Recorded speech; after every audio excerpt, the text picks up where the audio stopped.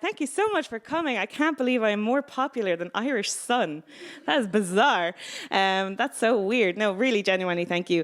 This is deadly. I asked to have a stool so I could feel like a 90s stand-up comic. What's the deal with airplane food, right? So yeah, thanks for having me. My name's Bella Fitzpatrick. I use the she and her pronouns. If you don't know what that means that's how you refer to me later. So you'd say, Bella, she taught us about ShoutOut. She was nice. I hope you say this. You know, if you used other pronouns for me, that would hurt my feelings. If you're thinking, it's very obvious that we would call you she and her. Thank you. I'm trying to look like a woman, so I'm glad that I'm succeeding, if I am. But in the LGBT community, we just don't make these types of assumptions. You wouldn't know that I didn't have other pronouns, such as they and them or something like that. So we just take all the guesswork out, put it right there, put it in our email signatures and stuff like that. So that's why that's there, in case anybody was wondering. That's our, oh, no, I haven't done the thing. Oh yeah, that would make more sense there. Yeah. So that's our Twitter handle and our Facebook, and that's my personal Twitter handle. If you have a good time today, I'd really appreciate it if you could shout out, as it were, about it online. And if you don't have a good time, don't tell anybody. Don't tweet about it. Just keep that to yourself if you don't have a good time. So I'm just going to try to talk to you a bit about like what we do and how we do it. And this is like the first time I've given this type of talk at all, so just bear with me, rar. That's a gay joke. Bears? No? Okay, never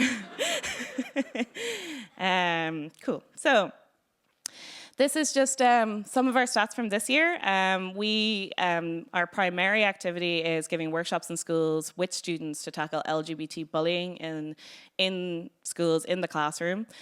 We did a lot this year. We did 349 workshops. They were all free for schools. That means we've reached about 10,000 students face-to-face in their classroom, talking to them, being queer and talking to them, or being an ally and talking to them. So that's deadly. I'm really, really appreciative. I did not do all of these workshops. These were done by 61 incredible, amazing volunteers that we just wouldn't operate without. So just appreciate them so much. This happened across 102 schools in 22 counties. Which means that there's still more counties to do and still more schools to get to, but we're getting there. We work in Northern Ireland as well, so this includes all of the counties of the island. Yeah, so this is kind of what our growth looks like. I guess if this was your stock, you'd be you'd be pleased. Yeah, and we're pretty pleased. We started off with doing 10 workshops the pilot year, and the workshop wasn't much more of us just going into schools and being like, we're LGBT, that's it. But now, then we developed a really specific anti-bullying workshop. Then we did 30, around 40, 90, 150, 171, and then 349. So yeah, chuffed with that. I got hired here. Not to brag, but because before that we were entirely voluntary, completely. We had no staff at all. We were just a bunch of friends. We were just a Facebook group, just getting in touch with schools, going there whenever we could. And then we got one staff member, and you're looking at her. So I have pretty wild staff parties on my own. Yeah, it can be lonely, but it's still like a dream come true because I've been working for free for ShoutOut for so long. And I always had a day job, which I was always rubbish at, right? Because I had this other passion. I was constantly leaving. And I was just so lucky that I had a day job that was really respectful of that. They were always like, where are you going, Bella? Something gay, is it? And I'd be like, yes. I won't be in till 12, sorry.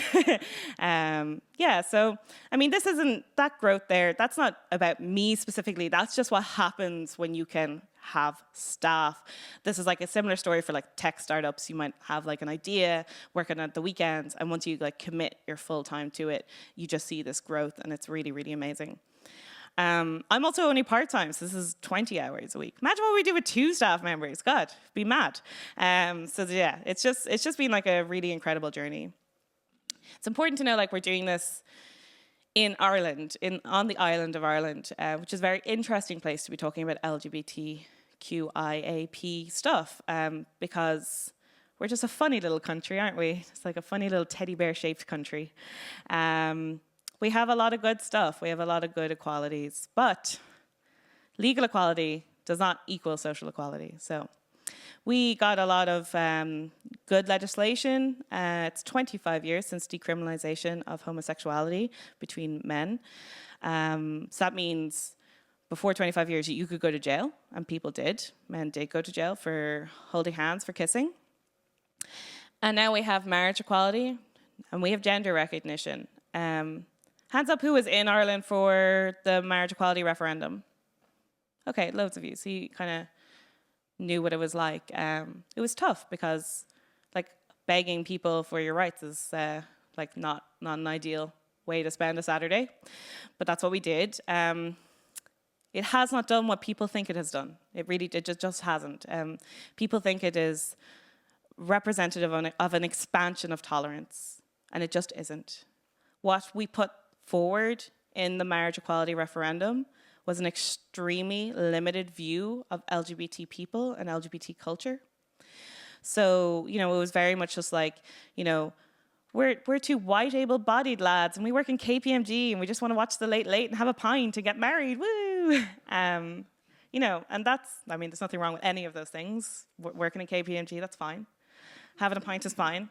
Watching the Late, well, that's not so fine, but people have their own thing, So really, people's ideas didn't really expand. People's tolerance didn't expand so much as we tricked them into thinking what they already tolerated.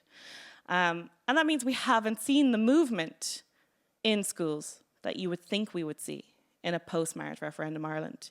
We have not seen that much greater acceptance. I've done workshops in schools before marriage equality, and I've done workshops in schools post-marriage equality. And it is different. It is not better. If you are a charismatic, macho, gay lad, yeah, you might get on a little bit better.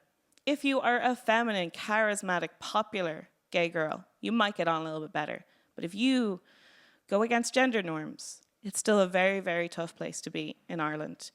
I've actually heard in schools teachers say things like, we can't help being gay, but you can help being a faggot. And that's kind of where we're at the moment. And you kind of see that around Pride. You see that a lot. Why are they marching? They have marriage equality. Why are they going out on the streets, making a show of themselves? Why do they have to be like that? Why can't they just be normal?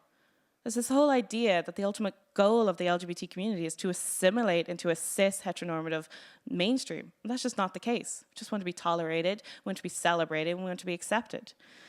So there's a little bit of complacency in post-marriage referendum Ireland about the social equality and the legal equality piece. We also have gender recognition, some of the best in the world. You can change your gender on your passport and your birth cert and all your gender markers, and it doesn't require any medical intervention. It is a self-declaration. It is a declaration you make yourself without any other input, and that's incredible. It really, really is. But how can that impact schools when we never talk about LGBT people in schools? It never comes up. So it has not, these laws pertain to adults, so it has not done what we needed to do for our younger people. So our whole point of ShoutOut is to get cis and straight young people and those who work with young people to be okay with this, okay? The classic, we hear a lot of they keep on adding on letters. I suppose we do, but what of it? People want to know, what is the actual one? What's the right one? As if there's some sort of central committee. I'll bring it up at the next big meeting. This is the one we use because it's inclusive, it works, it's terrible for a poster, but, it doesn't have as much brand recognition, but look it. It's all about getting people to listen to us about this and not interrupt us with statements like, I just think people are people, and aren't labels bad? These are our two most hated things to say. Of course, we put ourselves in the position to answer that question. I'm not saying I'm mad that you've asked that question. I'm just saying when you hear it loads of times, you begin to hate it. I just treat people as people is the ultimate hand-washing statement anybody could ever say that essentially means I don't have to learn about this because I just treat people like people. What does that even mean? I just treat people like people. Well, good. Don't treat them like, dogs or like donkeys or whatever. You should treat people like people. That doesn't exclude you from needing to know about how you are part of systematic oppression. You are, and I am, and we all are, in different ways, depending on our privileges, depending on how we conduct ourselves. And, that's that type of sentiment, I just treat people like people, is not pertaining only to the LGBT community, but different cultures and different religions and women. And it's just ultimately said to shake off this idea that you have any responsibility. So, yeah, not a big fan of that sentiment. And labels being bad. We get this a lot. Labels are bad. We're actually a big fan of labels in the community. I don't know if you've seen all the letters, but yeah, we like it. I think labels are bad if labels have never served you. If you've never needed to be defined by a label, if you were the majority person in your community, then you've never realized how labels can be good because you've only seen labels limiting you. You've only seen them ever hindering who you are in the sense that, men just used to be men and now they're cis, straight, white men, and they don't like that at all. But we love labels because when you're a minority, it helps you find your community, helps you find people who've had similar experiences to you, and that is really, really, really a survival tactic. So if we could do away with labels, then we do away with our community. Is the ultimate goal maybe to get rid of labels? Sure, okay, maybe. We're not there yet, not even close. But maybe we'll create like a critical mass of labels and they'll all like implode in on each other. Maybe that's the goal, I don't know. All right, let's see what you guys know. All right, L. That was pitiful. It's Pride Week. Fuck's sake. L. Okay, much better. G. B. T. Oh. Let's do a little poll, a little referendum. God, we love a referendum. Hands up for transgender? Hands up for transsexual? Do people say other things as well? Trans, yeah. Hands up for trans then? Okay, a very split room. Okay, cool. It's transgender or trans. Trans is just short for transgender. It's not transsexual, okay? It's not, and this is good that you guys know because, of course, being woke is a hierarchy, and you all need to level up. You level up with me now today. Transsexual is fallen out of favor by the community. We don't really use it that much, but there is a golden rule, numero uno. The first rule of Queer Club is talk about Queer Club so everyone knows about it and we can get more people involved. Now, the first rule of Queer Club is that everyone's in charge of their own labels, okay? No matter how much someone else thinks you don't fit that definition, it doesn't matter because this is how people live and love. And you can't pin it down. It is all gray area. There's nothing black and white. This is all a continuum. There is nothing specific here other than people's lived experiences, and you just don't get to argue with those, okay? So everyone is in charge of their own labels. So some people might identify as transsexual, and that is absolutely fine. The reason why people don't really like it anymore is because it's quite medically. It is such a focus on the medical aspect of being trans, which it doesn't apply to everybody. Not everyone wants to medically transition or even consider that to be an okay term to use. So yeah, we don't really use it anymore. So go forth and don't use, please. And it comes from this idea that your sex is your gender, right? So that's not true. Sex and gender are very separate things. Sex is a series of biological traits, and gender is I don't fully know. That's why there's college departments called gender studies. I guess they haven't figured it out. So I don't know. Gender is like a social construct that's different from culture to culture, depending on what time you're in, but seems to be innate in most people about the gender that they are. This is complex. I can't cover this all in this workshop, but the idea that it's connected to your sex is this concept called bioessentialism, okay? And this, you're leveling up, more woke, going up the triangle of wokeness. This is the type of thing you can say casually at a party. You can be like, I'm just against bioessentialism, and then leave. Just leave straight away. You don't want to stay after you say that in case someone knows more than you. This has happened to me. Someone's there like an expert, and I'm like, oh shit, no, I just want to sound smart. So yeah, bioessentialism is this idea that your biology is essential to your gender, and it is bad. It's not a cool thing. Right, Q. Yay. Does anybody feel like you can't use the word queer if you're not LGBT? A little nod, some people. All right, but most of you feel like it's grand to use it? Cool, well, I'm actually, I speak for all LGBT people. And yeah, it's fine to use, absolutely. Not everyone would agree with me there. Not everyone's going to agree with everything I say here. The reason why it's fine to use is because it's a descriptor. It describes things. Yes, it's a pejorative term reclaimed by a minority group, and like other pejorative terms reclaimed by minority groups, you have no business using those. But this one you do because it is a way to be more inclusive. So rather than saying gay as a collective term, which is not okay, you say queer as a collective term. So I'm bisexual, and therefore if you to say later I had a talk by a gay woman about gay issues, that would not be true. None of that would be true. It wouldn't make any sense to say. But you could say I had a talk by a queer woman about queer issues.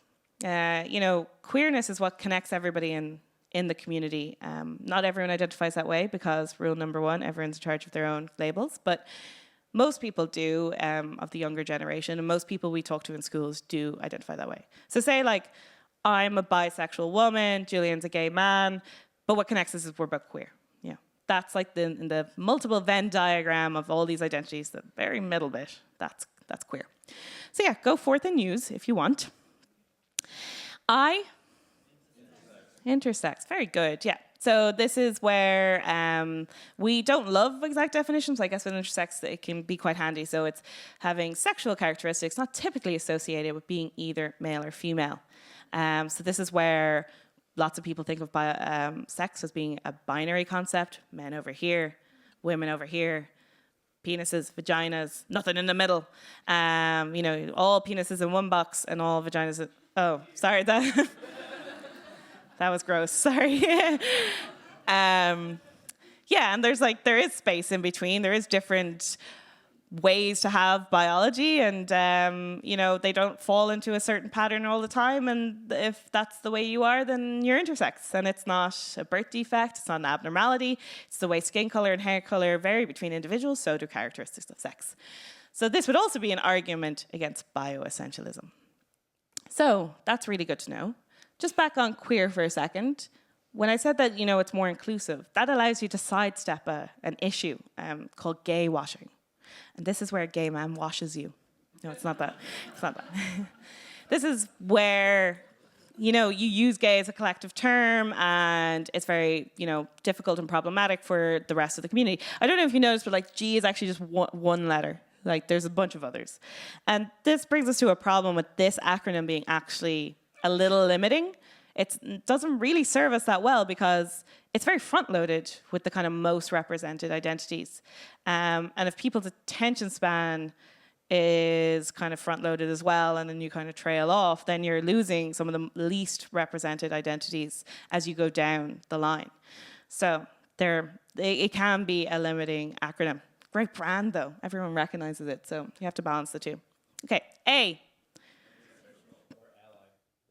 No. Asexual, yeah.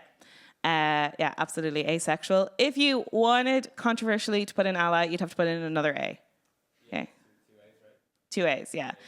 Yeah, now we don't because allies are a guest in this community, not a member of this community. And that's very important. That's not to limit the incredible, amazing things that our allies have done for us, but yeah, they're not really part of the community.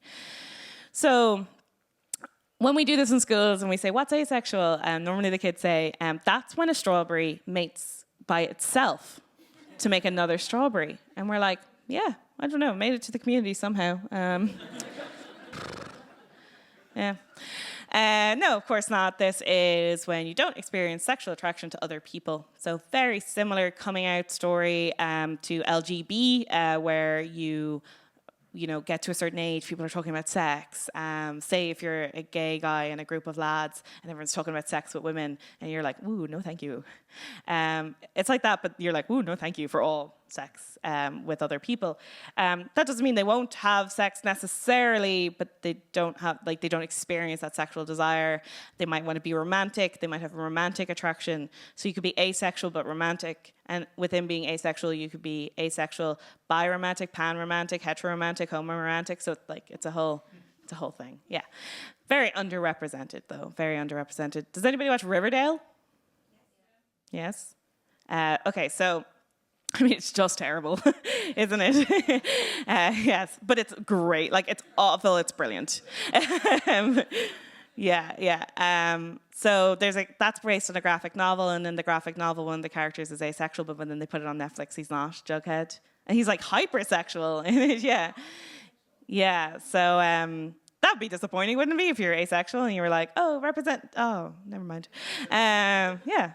So P. Pansexual, of course, an attraction to pans. One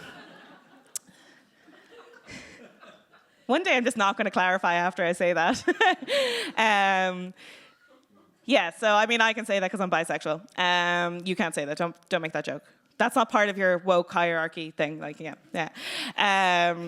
So pansexual is a brilliant term for people who feel it reflects them better than bisexual, because there's a common misconception that bisexuality means that you're attracted to men and women. That's probably what you thought bisexual was on your way in here today. It's not. Hasn't meant that in a long, long time. So bisexual was coined in like 1873 or something like that. And of course, that's what it meant back then. But for a long time, the bisexual community has considered the binary aspect of it linguistically to mean your own gender and other genders. So I'm attracted to women and people of other genders. So that's inclusive of the many genders we have in the world. But because most people don't know that, you might be uncomfortable identifying that way and having people misconstrue what you mean by that. So pansexual is a great way to, reject gender binaryism, this idea that there's only men and women. That's another term for the party, right? I just reject gender binaryism and then leave. The leaving is important. And pansexual, because pan means all, right? Bi means two, pan means all, like panorama, all of the rama. I just don't know what that means. So it's kind of like a newer term, kind of like if you take Google Trends, it kind of came up in around 2007. There's a lot of overlap between the two identities. So one way you can think about it is that pan people are gender blind when it comes to picking a sexual or romantic partner. But there's no animosity between the two groups. We're friends, no dance-offs or anything like that. All right, plus. Anything else? Absolutely, yep. Could not possibly cover it all. Anything else? A lot of other identities fall under these umbrella identities here. So say gender fluidity or non-binary, most people consider that to fall under trans, because trans simply means that you were assigned incorrectly at birth. That's what it means. It's not about being in the wrong body. Nothing like that. Try to steer away from that type of rhetoric. It means you were assigned incorrectly at birth. So what I mean is you get born, remember, and so like a midwife looks at you or a doctor looks at you and decides on your external genitalia whether you're a boy or a girl. And this works out just really well for a lot of people, like 98% of people, this works out well, because they also identify with that same way and they feel comfortable within that role that's in society. Or they might not feel comfortable in the role, but they still identify that way. And this is called being cisgender, okay? So if you were assigned correctly at birth, you're cisgender. It comes from Latin, means on the same side. So cis means on the same side, trans means on the other side. So, trans fats, yeah, that's when the hydrogen atom's on the other side of the carbon chain. That's the only time I use my chemistry degree. 4 years for that sentence. So yeah, if you were assigned correctly at birth, you were cisgender. If you were assigned incorrectly at birth, you were transgender. Okay, so for every word of something in the community, there's a word for everything that's not that, and that just allows us to use more appropriate language than saying normal or something like that, which would not be as ideal. But as I say, it's very front-loaded, so there are other options. So, quilt bag. Yeah. It's another acronym. It's also the name of my knitting circle. Okay, so I think we've done all of these letters except for U. Anybody know what U is? Yeah, unsure. Yeah, exactly. Undecided. Yeah, curious, that type of thing. Unsure or undecided. This just allows us to think about these letters in a different way, because linguistics is really important, and the fact that we front load LGBT all the time does actually impact how you think about the community. So if you just mix it up, that's really great. There are other ways as well, though. Mogai. All right, let's see what you know here. M. I'm only joking. You wouldn't know it. So it stands for marginalized orientations, gender alignments, and intersex people. Okay, marginalized orientations, gender alignments, and intersex people. So marginalized orientations are not heterosexual orientations. Marginalized gender alignments are when your gender assigned at birth does not correspond to who you actually are, and intersex people are intersex people. So this kind of is a nice way to cover everybody. That makes sense? Another one for the party, right? Yes. Beautiful question. Really good question about, people say this a lot, like being gay is not the same thing as being trans. Yeah, okay.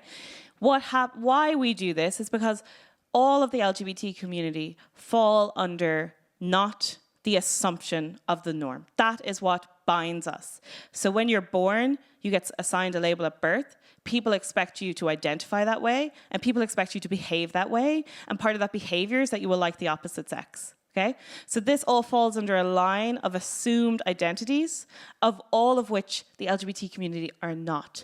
There is unbelievable similar experiences between people who are LGB and people who are TQIAP. It's also about autonomy, right? Right to self-identify, right to decide your own labels. And we all struggle under that. So we are all united by this otherness, this marginalization. And the LGBT rights movement was started by trans women of color who are sex workers. And that's a really important point. It's at no point was T tacked on anywhere.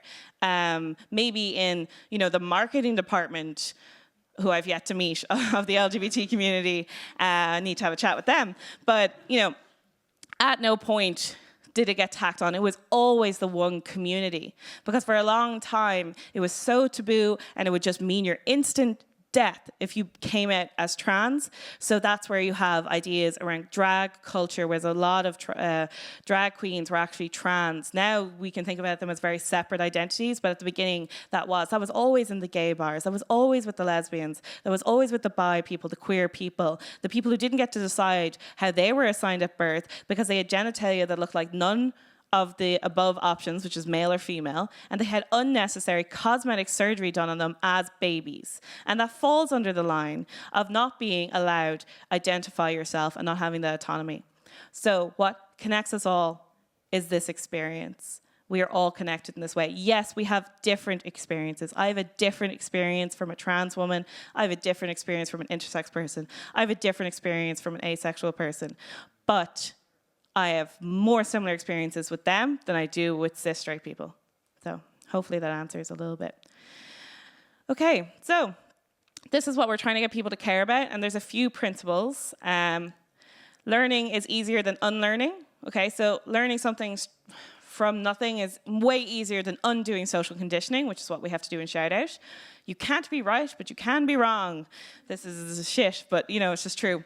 Not everything I've said here today will be right. It has been updated since you walked in. We are constantly evolving, and again, it's all gray area. So you can't be right about your definitions. You can't be right about your understanding of other people's experiences, but you can be super wrong.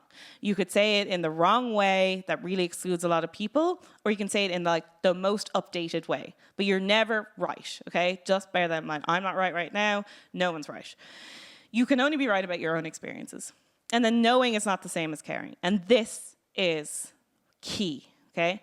Being an ally is not about knowing your LGBTQIAs from your MOGAs, your trans demiguys from your asexual heteroromantics. It's not about that. It's about not making assumptions and taking people's life experiences at face value. But we have to come up with different ways to teach our different audiences. So We have our student workshops. We have our teachers, parents, guardians, youth workers workshops. And we have other adults. You are other adults, corporates, right? Other adults. Something like medical professionals or other adults, that type of thing. And we have a different tactic for each one. This is basically manipulation. Different forms, but So in the student workshop, we use social norm theorem. This is where you present a change that you want to see as having already happened. It's used in the States a lot for things like, they'll have signs up in colleges being like, 80% of people who go out drinking have a big meal beforehand. And that's just not true, right? But then people are like, oh, that's the normal thing to do. I'll do that. So we kind of present as LGBT acceptance as being the norm, that if you want to get on well in your workplace, you should try to be accepting and celebratory of other identities, be they LGBT or otherwise, and that this has happened. It is lies. But look, there you go. So our workshop with students, because we go into schools and we're not teachers, we have to, first of all, authoritize ourselves. I actually don't think that's a word, but look. And we do that by creating a contract just up on the board, on the whiteboard in school, and we say, can we all agree that we'll be sound, that will be confidential if anybody says anything, and that we won't talk out of turn, and that just kind of puts you in an authoritative stance. And then you have to humanize yourself by giving your own personal coming out story or your personal story on your journey as an ally. Then we educate them by telling them the definitions for LGBT. We get them to practice their empathy by putting themselves in the idea of other people's shoes or in other people's positions. We put that into practice in scenario groups. So we put them into groups and decide, what would you do if your friend came out? What would you do if you witnessed bullying? And then we empower them by letting them come up with the next agenda for how they're going to make their school an LGBT inclusive place. And this is key, so important. This is really important that kids feel ownership over the culture of their school. The school is not four walls that they walk into, they are the school. And even if it's just in their class or their group of friends, they can make an LGBT inclusive bubble, and they have the power to do that. So this is a really important point. Any suggestions they make, we feed back to the school. And this is where we find out a lot of troubling things, such as kids not being able to bring same-sex dates to the Debs, girls not being able to have hair shorter than their shoulder, trans kids being forced to wear the uniform that they're uncomfortable in, and we get to feed that back to the schools and hopefully see some change. Then with teachers, parents, guardians, and youth workers, gently does it, okay? They already care a shit ton. That is the technical term. They are there because they care so much. I have never really had to get a teacher on site to caring about the well-being of their students, even if they disagree with me, even if they think everything I say is liberal hogwash. They still really care. And if you keep on bringing it back to, oh, our only goal here is like kids not killing themselves, then, they get on board with you pretty quickly, even if they don't agree with the methods you've suggested.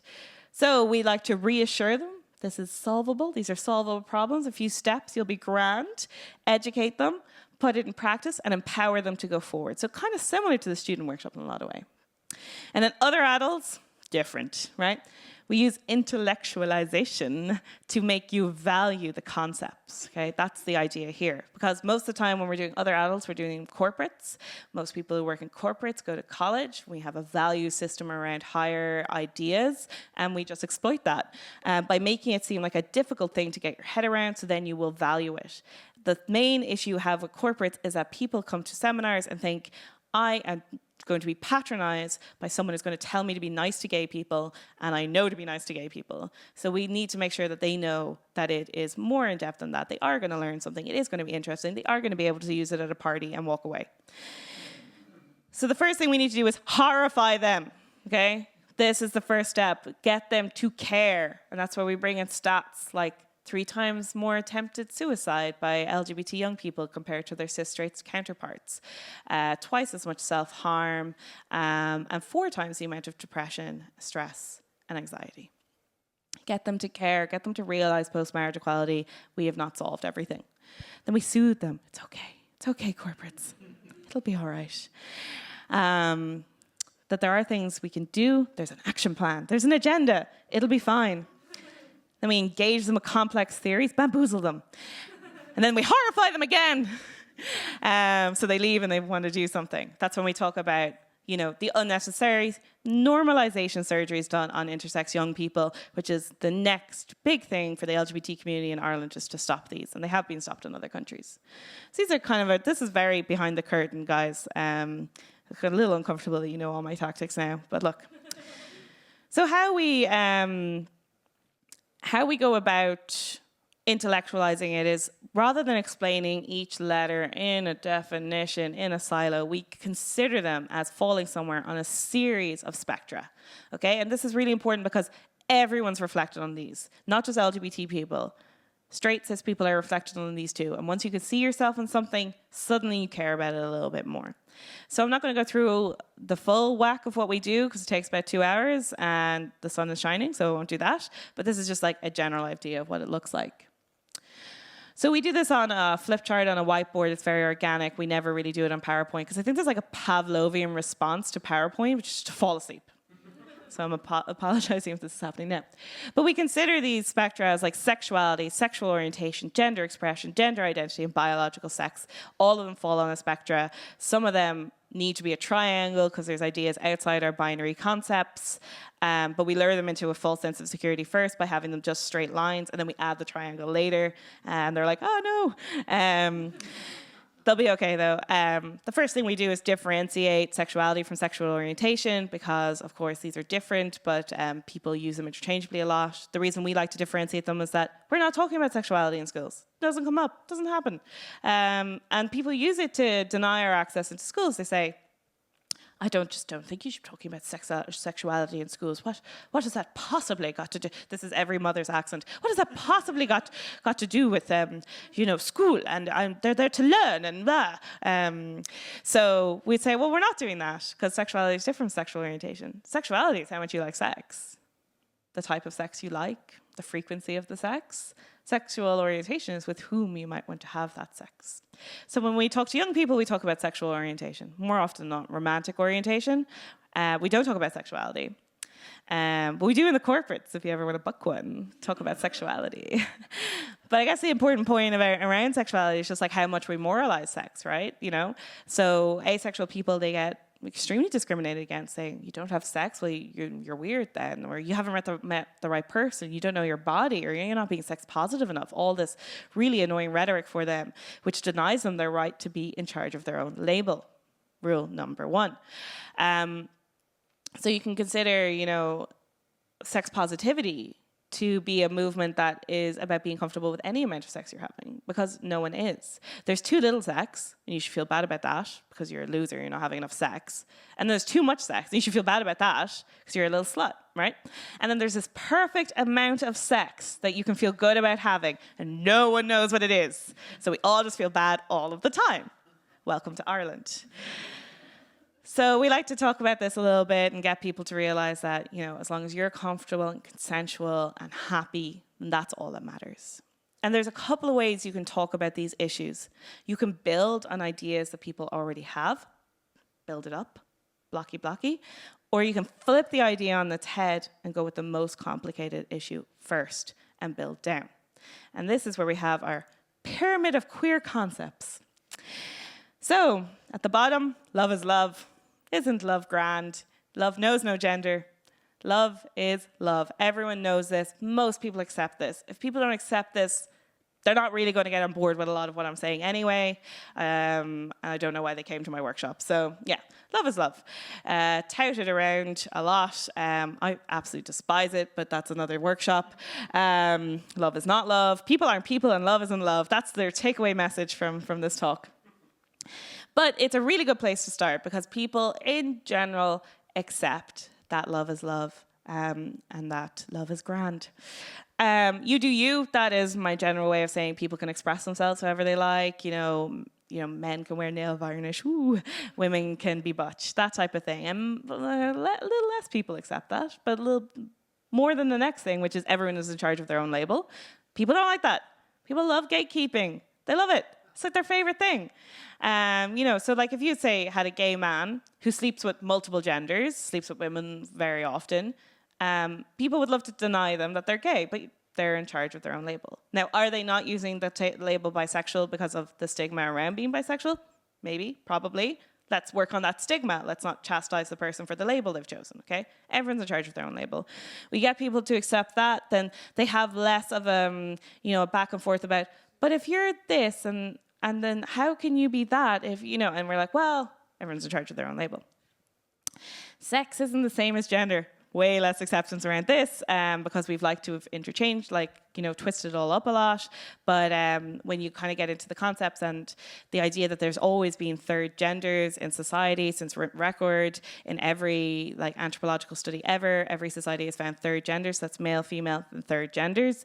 In Native American culture, it's called being two-spirited. In Southeast Asia, it's called being hydra. The Maori have their own version. So that's been around for a very, very long time, and that is not connected to sex. Sex being a set of biological traits. So, when people don't accept this, they're being bioessentialist. But you can get a lot of people there. Gender isn't binary.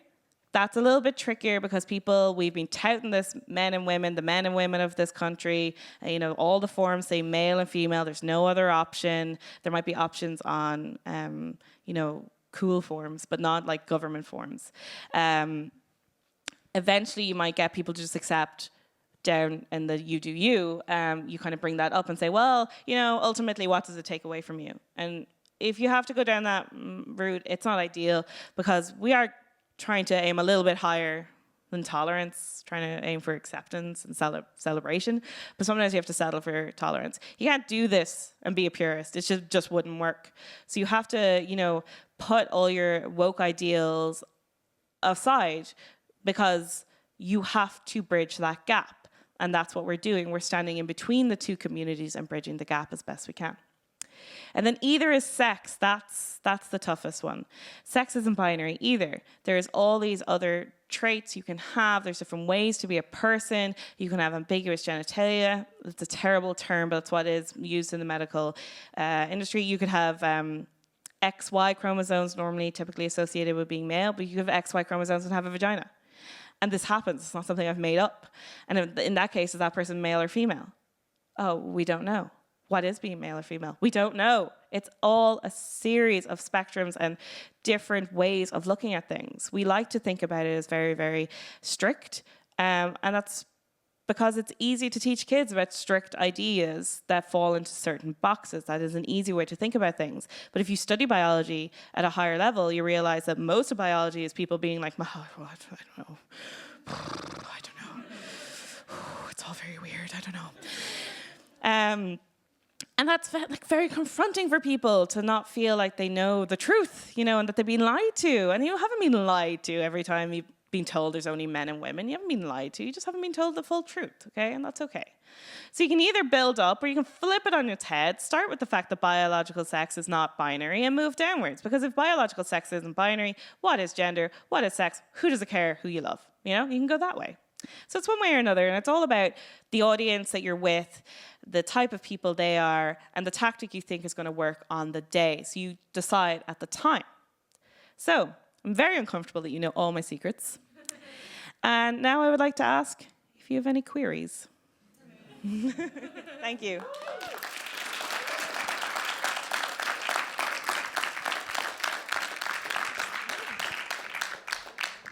This is a bad idea.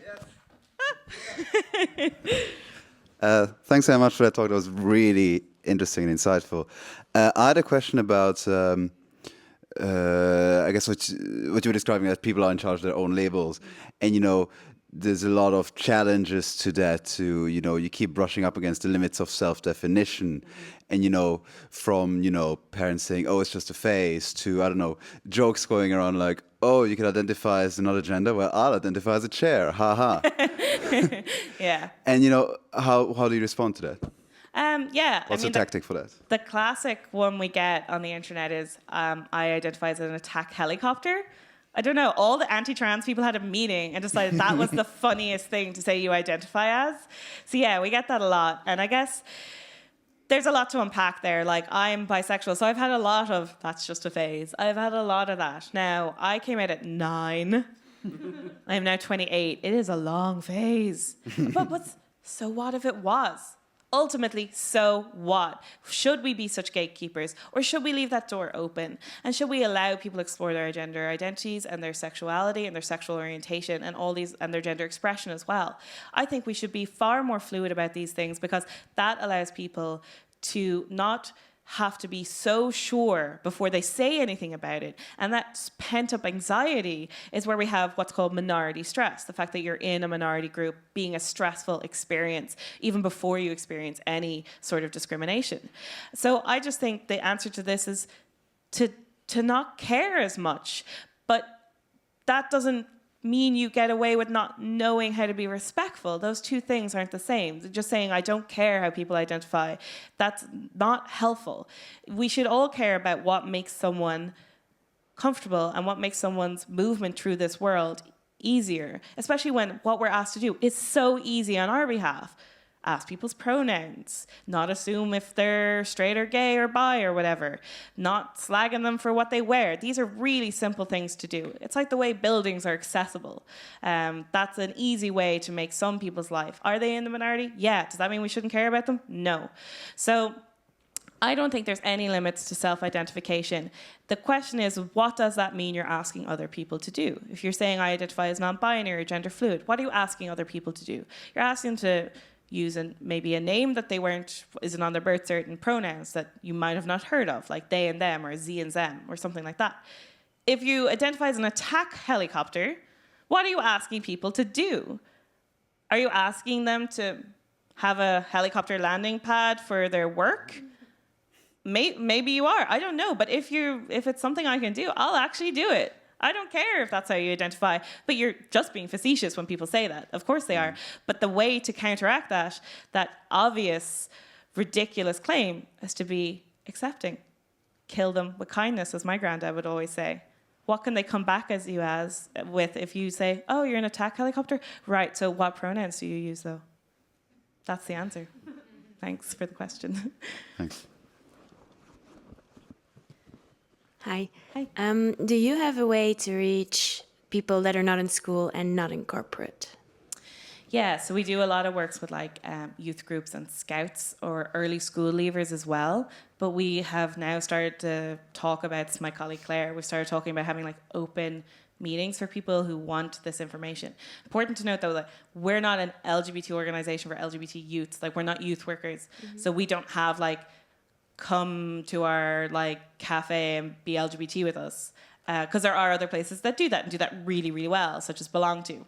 We're there for people who just want to be educated. We're a training organization, so we are going to have more open training, say parents bring your kids and that type of thing. So yeah, we're going to move towards more events like that. Absolutely.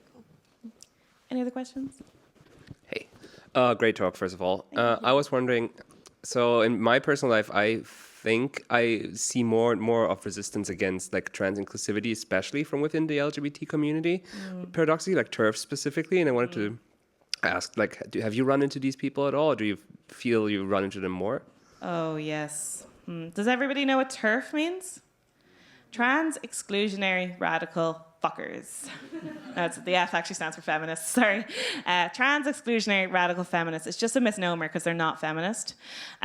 This is this movement which is bioessentialist, which is this idea that you can't just throw on a dress and be a woman, because at the end of the day you have a penis and you have XY chromosomes and that's all there is to it. Okay, that's the type of rhetoric TERFs would use. This is very troublesome. We don't have as many in Ireland as there seems to be in the UK. I don't really know why that is. Really, like feminists you would have respected have this stance, such as Germaine Greer, although I don't think anybody's respected her in a while, right? I haven't. So she's a massive TERF. Now, it coming from within the community is so hurtful and confusing, and I think that's got to do with a certain marginalization of our lesbian community not being as embraced by the wider LGBT community. Even though they're the first letter, they should get all, they should be as front-loaded as possible. And so they kind of, veered off, and then we're kind of, worried about their spaces being infringed on. It is very worrisome, and I have large large arguments with them on Twitter, and I would not recommend this if you enjoy being happy or like having any free time. I would actually not recommend Twitter at all if you enjoy those two things.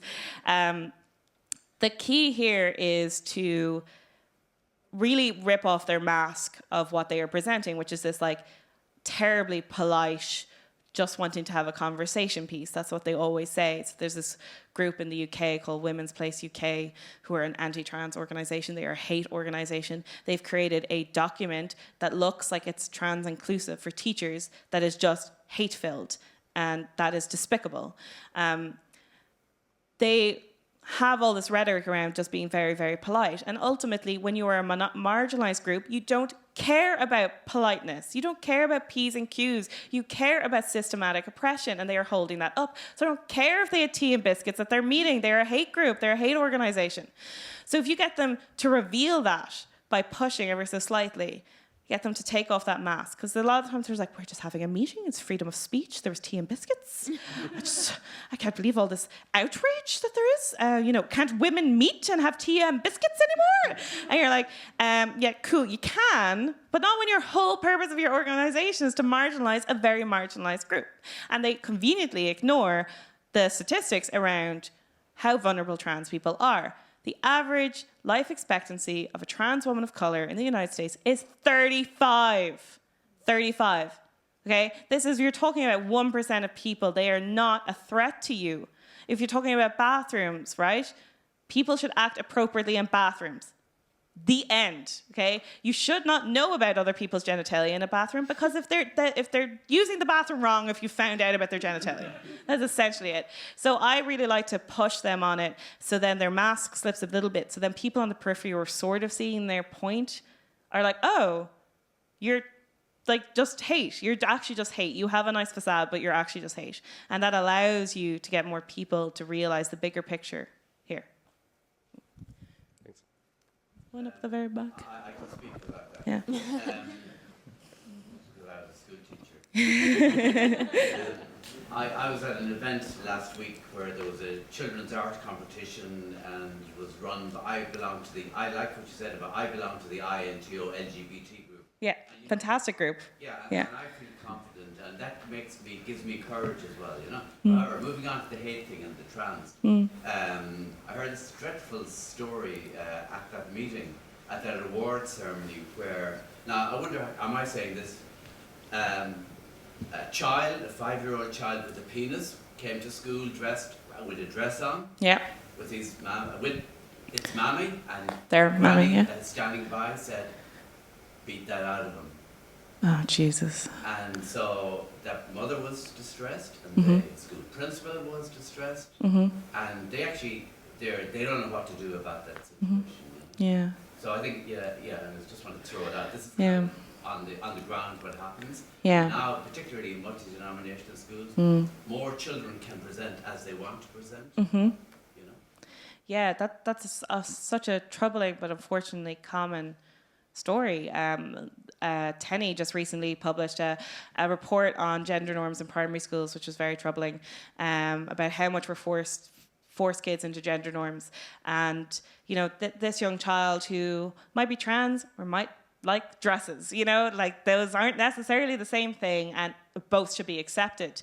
Ultimately, parents, have a right to raise their kid however they want, but not within child abuse, and forcing your child to express themselves in a way that causes them distress is child abuse, and we need to recognize that and be more confident in our place in the right, okay? So we deal with schools where parents have said, my kid's going through a bit of a phase, they're using they, them pronouns, I'd really appreciate it if you didn't indulge. And we want teachers to know they have the right to say, well, actually, whatever you do in your own house, but in this school, we'll respect the young person because young people have rights, young people have autonomy, and they are allowed to petition the school board with regards to this, and they are allowed to go to the Children's Ombudsman if they are unsatisfied, because under the Equal Status Act 2015, continuous purposeful use of incorrect pronouns can be considered harassment. So we shouldn't allow what we consider to be personal preference on how you raise your kids to allow child abuse. So that's what I would say in that instance. I hope that kid is okay. Thanks. So, yeah. Should we stop? Clap her Again, please.